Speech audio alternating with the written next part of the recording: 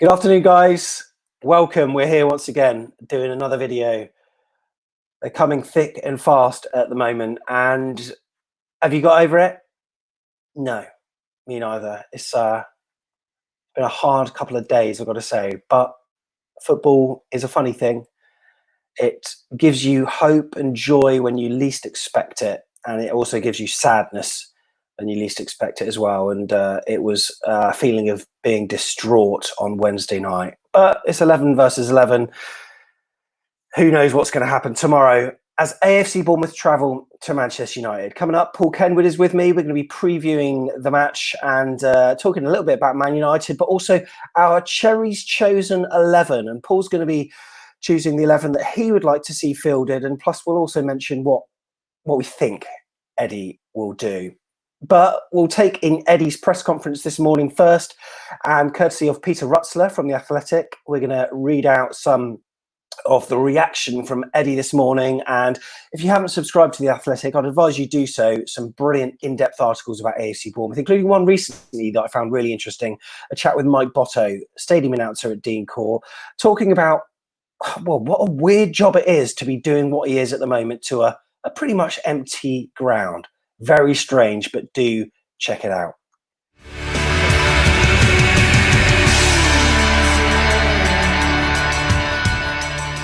So he is at Peter Rutzler on Twitter, and Eddie said that there are a couple of players who will need checking today, but he said he won't say who they are.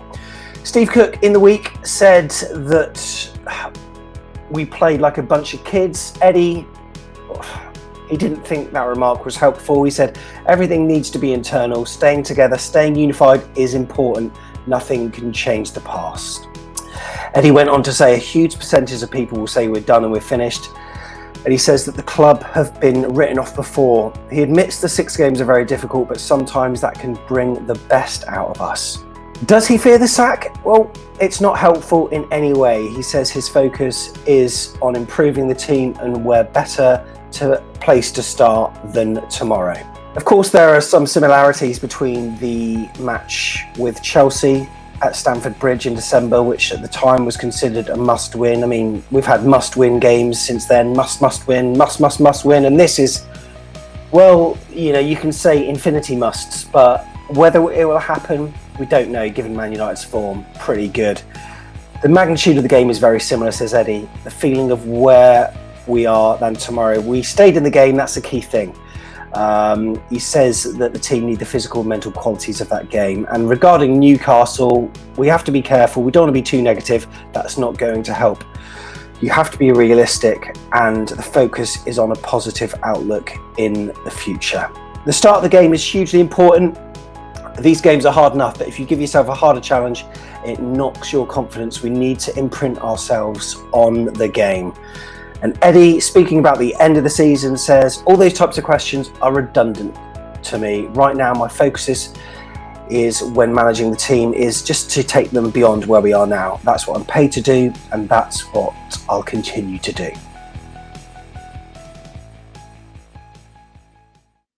Yeah, so those are the tweets from Peter Rutzler this morning. Eddie Howe giving his usual answers that don't really reveal much. As I said earlier, I'm joined here by Paul Kenward. Paul, how are you? I'm good, thank you. How are you? Okay. I tell you what, mate, I felt really numb all yesterday and for a lot of this morning as well. I still can't quite get over it. It's not. Yeah, I've kind of almost got over it. I've seen us play bad before, and I'll see us play bad again. It was pretty bad, let's be honest, but you know, onwards we go on to the next game. Are you still, I mean, do you, if you were to, like, on the hope scale out of 100%, like, you know, where are you in terms of thinking that we can survive? Are you sort of your bottom half? I'm going mathematical, so whilst it's still mathematically possible, I have some hope. The hope dwindled a bit after the West Ham game, I'll be honest, but we're still a point, you know, far. It's not far away. We're not far away. So what do you think of Eddie's comments this morning, where he said, obviously Steve Cook said we played like kids, and Eddie said, I don't think they're helpful. I think everything needs to be internal. Yet he's then criticising Steve Cook on the outside. It's a bit of a weird one. There does seem to be some kind of unrest, reading between the lines. Whether that's true or not, I don't know. And they're playing like a team that have got issues. I hope there's some unrest, to be honest. I mean, the way they played, I'd be a bit gutted if they just went, oh, well, let's just carry on. So Yeah. I'm glad that they had an internal discussion for half an hour that Steve Cook has come out and told us about. And it's in some ways also good that Eddie likes to keep things under wraps. You know, I like that we're not airing our dirty laundry in public. Yeah. So tomorrow, then traveling to Old Trafford, it would be a Herculean effort to get anything at United. They looked impressive against Brighton. I don't know how much of that you saw, but in the first half they blew them away, and they could afford to take their foot off the gas in the second half. But they had young players playing. They had a good mixture, actually, a good blend, playing like the United of old that I witnessed numerous times in my teens and my 20s. And Brighton are no mugs. They've started since Project Restart. They've been doing really well, and it's going to be tough to get anything in there. Yeah, the only player who wasn't really very good since the restart has been Marcus Rashford, and once he starts scoring goals, then we're really in trouble. So to say that about a Man United team, Pogba's done pretty well since the restart. So yeah, I think it's going to be an interesting game. Not sure how Eddie's going to approach it, whether he'll go defensive, try and get a point, or whether he's going to have to now go all out attack based on the last performance. Interesting post-match chat with Dan Gosling, and it's very nice to see some kind of effort last week. There wasn't much on the pitch, but his interview came across really well and hit the right spot, I think. But obviously, all the talking that's been done, we need to see it going on. And I kind of think that it's 11 against 11. It's just an individual match. It's a cup final. We've had these moments before. We've turned it around. And as I was saying to you and Mr. Tiggs on WhatsApp the other day, if we did get a win, that would almost chalk off the Newcastle loss. If we manage to overcome Spurs, that everyone's expecting us to get nothing from, then that's the Palace match nullified. And then we're back to where we are in terms of getting our expected points, maybe. Because Spurs, they looked a bit shaky against Sheffield United, didn't they? Yeah, whilst there's still games left, there's still points to be had. And as you say, each game is now a cup final. I think Eddie said that, or the players said that. We have now, I think it was Steve Cook, we've now got to actually approach every game now like it is a cup final. We've got to just go out there, regardless of who we're playing against, and do our best. And that's all we can ask from the players. It didn't look like they were doing that against Newcastle. But I think we can get something from Spurs. I think before Kane came back, we would have played them when he was injured, and I think we would have had a better chance then. But I still think we have a chance. Well, I admire what you're saying. So what we're going to do, Paul, is we're going to go through our chosen 11 then, and we're going to run through the team. It's set up there with a 4-5-1 formation already. That's just the default. So we can change it to whatever you think here. But obviously, we'll start in goal. And Neil Moss. Neil Moss. So Ramsdale for there. Now, defense. You know what? Every time I've done this, it's been almost default to chuck in Nathan Ake and Steve Cook without any thought. But a lot of people, looking at Chris Mepham, thinking I'd give him a go. Yeah, I'm on that vein as well. I think Steve Cook needs to be dropped. He was at fault for 2 of the goals against Newcastle. He just went AWOL. He ran out to midfield to try and stop a pass. Didn't manage to do that, and then the ball went in behind him. So it's got to be dropped, I think, from form. Mepham may not be better than Cook, but he's certainly going to try and every player in the team wants to stay in the Premier League. And I think every player in the team should be given some sort of opportunity to try and save us. So I'm going with Mepham and Ake at the back in the centre. So it is going to be a 4 at the back rather than 5. Yeah, I'm going 4 at the back. Yeah, I've been chatting to a few people who've said that they think 5-4-1 might be the favoured formation with Cook, Ake and Mepham. But obviously, if you're going to do that, you might as well play 11 men on the goal line Yeah. because we're Well, not going to get any attack, are we? That's the problem. historically, we've never been good five at the back anyway. So No, I exactly. think, yeah. So all right, let's do that then. So yeah, Ake and Mepham. So really interesting. You've done that now. Oh no, I spell How? it. Yeah, there we go. um, and then obviously our fullbacks that we've never really known since Project Restart. You know what we're doing with them. Smith plays on one side, plays on the other. Arguably, based on performances, perhaps shouldn't be playing at all. Yeah, I think you mentioned it. I mentioned it. He just sort of he started on the right and then wanted to run across the pitch to the left where he was playing a couple of games ago. So I don't know whether in his mind he's confused as to what he is now, or whether he's, I don't know, just run out of ideas going forward and just trying to find space going sideways. But I think Stacey gives you more going forwards, and I think we Yeah, need goals. yeah, So I would play Stacey at right back. yeah.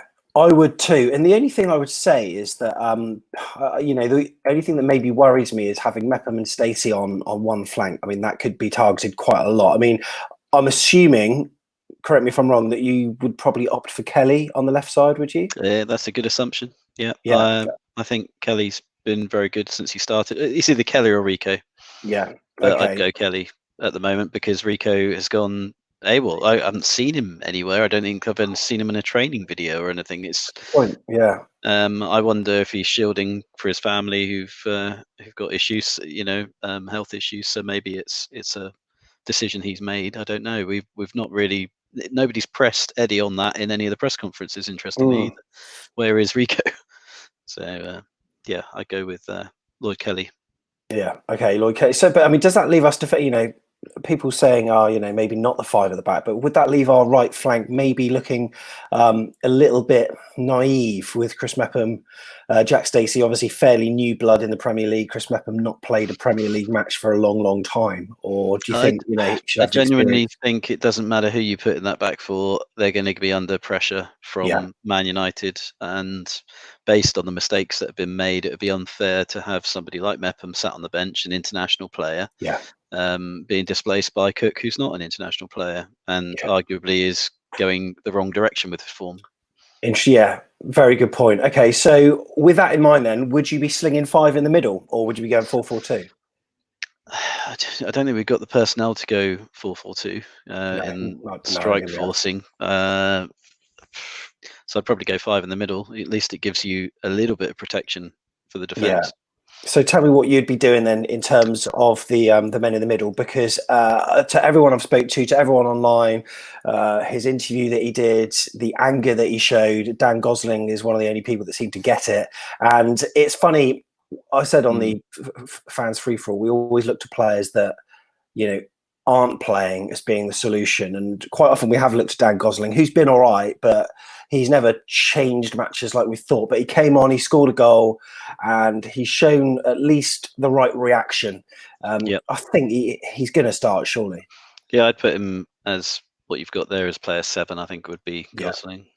yeah, okay. A lot of people on chat didn't particularly like the way that Philip Billing played, so that indicates to me Yeah, that he probably won't be starting. So Lerma will be one of these, and maybe without the threat of suspension under his belt, he can play with a bit of freedom, because it almost looked like he played 50% at times, and it was not the yeah. Lerma that we know and love, was it? No, not really. He looked well. He gave the goal away. Essentially, he gave the ball away for the goal Mm. in the first few minutes of the game, and I think ever since then he looked like he was a bit shell shocked and a bit annoyed with himself, and Yeah. also annoyed that he couldn't lunge in with tackles that he wanted to do. But Mm. I think you probably put him as slightly more defensive than the sort of centre midfielders. So I'd probably put him at the back there. Yeah. Okay. And so, who alongside him? Obviously, there's the creativity of Lewis Cook. There's the assuredness of Andrew Sermon, but I think he'd probably be more defensive. Would you say Lewis Cook would be the one for player I eight? would go, yeah, Lewis Cook. I don't think Billing should play there at the moment. I think maybe bring Billing on later on in the game if we need to maintain a point or 3 points, depending on what's going on. Yeah. Billing gives you a little bit more sort of hold up play. So I think potentially, yeah, Billing on the bench for now. Okay, and on the flanks then, numerous options. I mean, David Brooks will undoubtedly be one of them, you would think. Yep.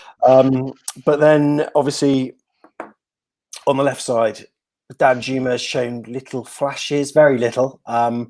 But you've got Junior Stanislas, who we know can come on and do a job. And defensively, I think he was very good against Traore on that left flank where he double teamed with Adam Smith. So that might be an option he'll be deciding to go with. For me, I think I think we've got to go all out attack. I think if Dan Juma is showing sparks of creativity, I think we've got to go Dan Juma. I don't get much from Stanislas since the restart. Personally, I don't think he's been done. He's not really crossed the ball. Nobody's crossed the ball, to be fair to him. No. I think we need somebody there who can do a Brooks, but on the other side, because we need to attack from both flanks, really. I'll put a question mark. Well, no, I mean, just as an aside, I mean, I think he might go with Stanislas. I think he might, just because of that. Well, I think he'll go with Cook if we're going to be doing that, and we might as well change the lineup. Yeah. But yeah, I do agree. I think he will probably go with Stanislas, but I would like to see this lineup. I mean, could there? I'll put another suggestion to you. Could there be the possibility of maybe playing Josh King on the left side and then starting Sam Surridge up front? Josh King shouldn't start anywhere but the bench. Tell it like it is, Paul. Well, I think since the restart, his head hasn't been in the game. He's not been the Josh King of before the restart. Nice mug, by the way. I do think he wants his move, and I think he doesn't really care. Doesn't seem to be showing that he cares if he does.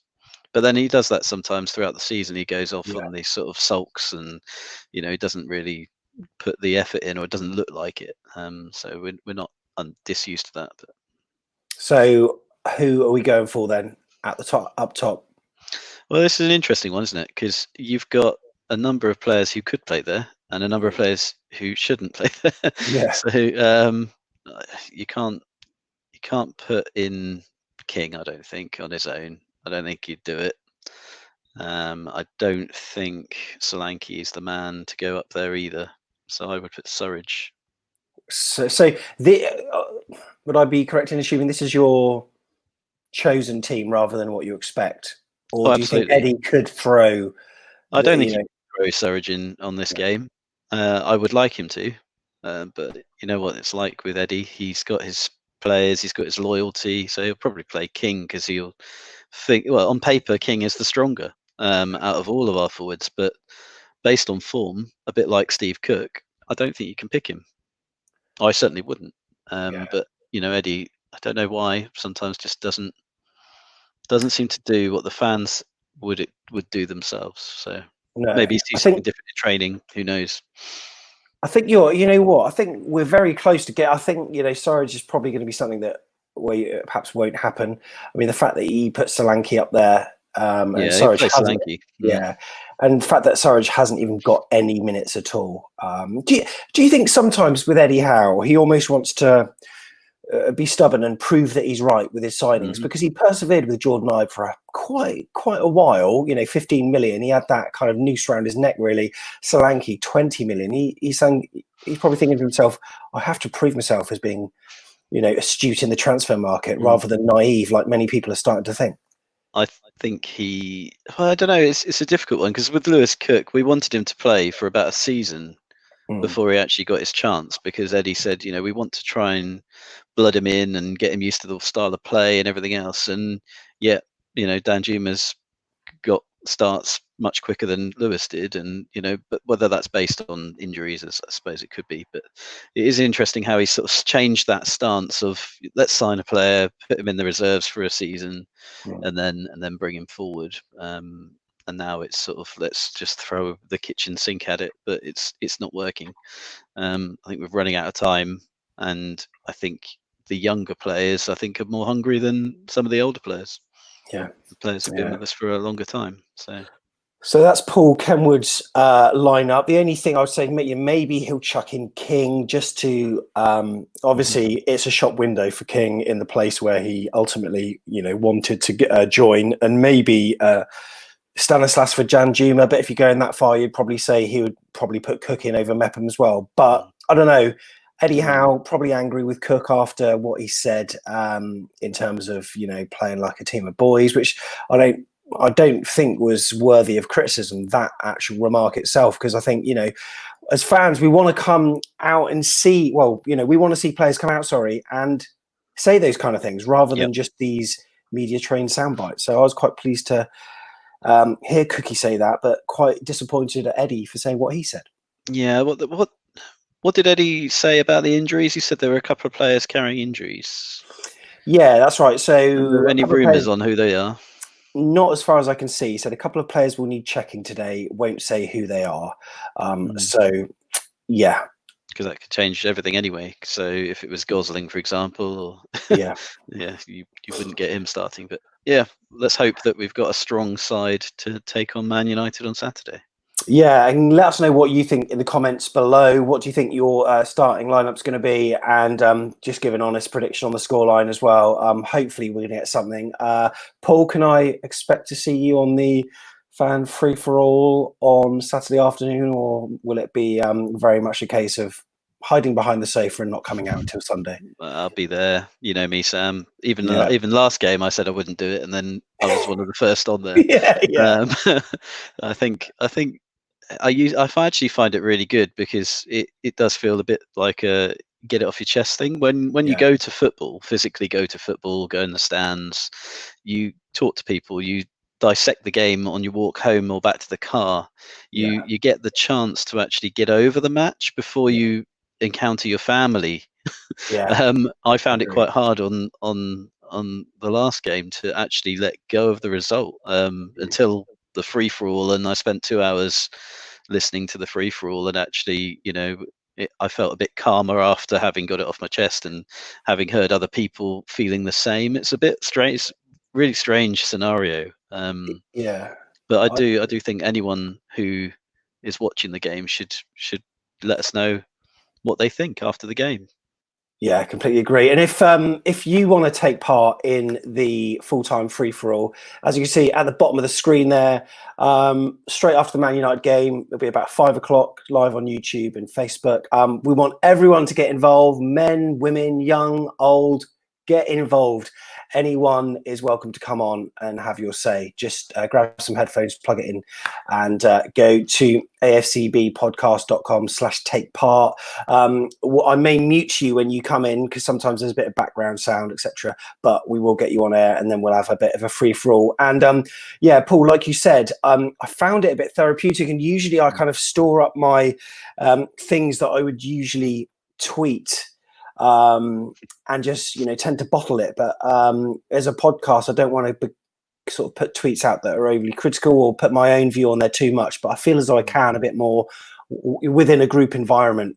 And I kind of then look at Twitter and I can leave it and let everyone fight amongst themselves, whereas previously I'd got involved. And very difficult. You're seeing people that are wearing their rose tinted pro Eddie spectacles and will defend the club until the very last. I can't do that. I can only just comment on what I've seen, and if Eddie deserves criticism, I will give him criticism, and so will many other people. But it's all well placed. It's all because we want to do as best as we can, and hopefully we'll get something out of Saturday's game. Can I ask you for a prediction on this? I mean, what does that even mean? But go on. What do you think? Dear, I predict goals. The question is who for? I can see it being 3-2